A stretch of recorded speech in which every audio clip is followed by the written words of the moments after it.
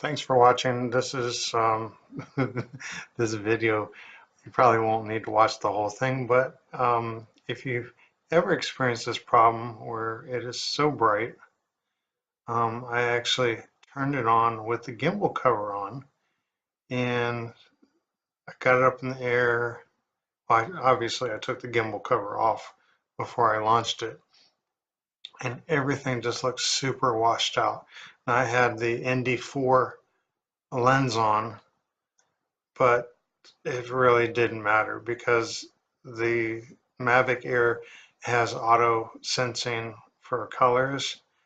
And when I turned it on with the gimbal cover on, it auto adjusted according to the light that the gimbal cover had. So it made everything super bright and didn't readjust after that.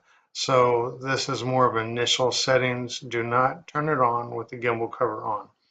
Make sure that you take the gimbal cover off before turning it on. Otherwise, your whole flight will look like this, all washed out, and you can't see anything, and it sucks. Oh well, thanks for watching.